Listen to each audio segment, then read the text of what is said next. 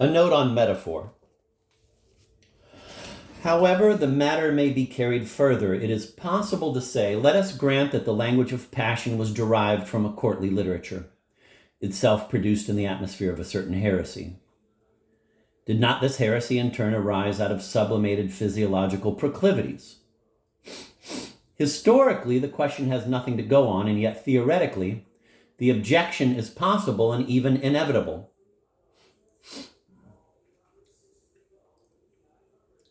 But to ask if mind or matter is the ultimate cause of phenomena involving both is like asking which came first, the hen or the egg. For example, we are quite unable to tell whether the language of mysticism resulted from a materialization of the spiritual, in which event the latter would be a first cause, or on the contrary, from a sublimation of physiological phenomena, in which case these phenomena must underlie what is being expressed. But one thing is certain, we are confronted with two factors which never exist singly. That should content everybody, although in fact it contents no one. Metaphor indeed affords another instance of that eagerness of the contemporary mind to settle a question in favor of whatever is lower. We speak of a bitter taste and also of a bitter pain. This everybody is ready to explain by saying that to speak of a bitter pain is to use a metaphor and to give the epithet a figurative sense. The real meaning of the word bitter is made of physical sensation, which is thus held to have preceded any mental one. Very possibly, but actually we do not know. It is impossible for anybody who thinks that the physical came first to give reasons for his opinion. Nobody has found out that the material meaning of every word has actually preceded the mental meaning.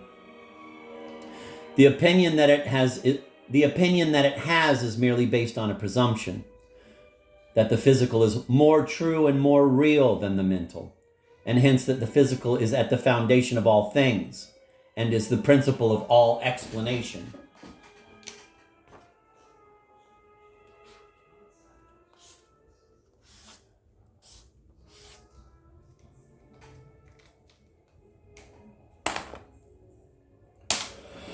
The mechanics of this presumption have been set forth and criticized by Dr. Minkowski and Arnaud Dandu. E. Minkowski, Verse une cosmologie, Paris 1936, chapter on metaphor, and Arnaud Dandu and R. Aaron, La Révolution nécessaire, Paris 1931, chapter on Marcel Proust. Both pertinently and with subtlety. According to these writers, literal and figurative meanings cannot be subordinated to one another because both express in their respective departments an indivisible reality, which is more profound than and also anterior to either its sensorial or mental aspects. How could we otherwise explain that one and the same word serves to denote such diverse things? Actually, a pain may be no less bitter than the taste of salt. And what we denote by the same word in each case is a way of being affected, whether by the senses or by thought, in the wholeness of our existence. Likewise, with our metaphors of love, people nowadays do not hesitate to argue as follows, quote, love means to me sexual attraction. Saint Teresa everlastingly talks of love.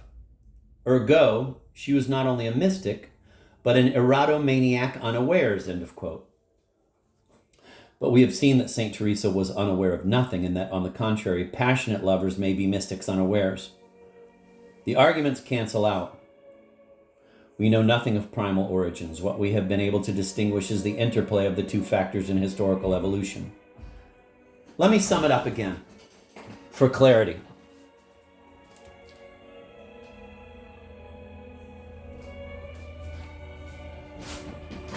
Our language of passion comes down to us from the rhetoric of the troubadours. It was a supremely ambiguous rhetoric. Its symbols of sexual attraction were the product of Manichaean dogmatics. But little by little, as it was gradually separated from the religion in which it originated, it passed into manners and became part of the common language. Now, a mystic who wishes to describe his ineffable experiences is compelled to resort to metaphor. He takes his metaphors wherever he comes upon them, and as they already are, although he can, of course, inflect their meaning.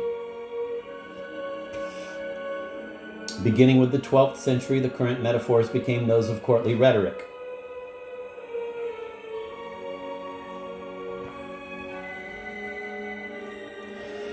If the mystics adopted them unhesitatingly, it was not in the least that they were sublimating sensual passions. They used them because the habitual form of expressing such passions, which had themselves been given substance by another kind of mysticism, suited the expression of the spiritual love which they were experiencing. The form of expression was the more appropriate to describing the unhappy relations which a soul entertained with its God, that the form had been the more thoroughly humanized, i.e. was detached from the heresy. For the heresy had assumed the possibility of union between God and soul, which implied divine felicity and the unhappiness of every human love, whereas orthodoxy assumes that union is impossible, which implies divine unhappiness and renders human love possible within its own limits. It follows that what is the language of human passion according to the heresy corresponds to the language of divine passion according to orthodoxy.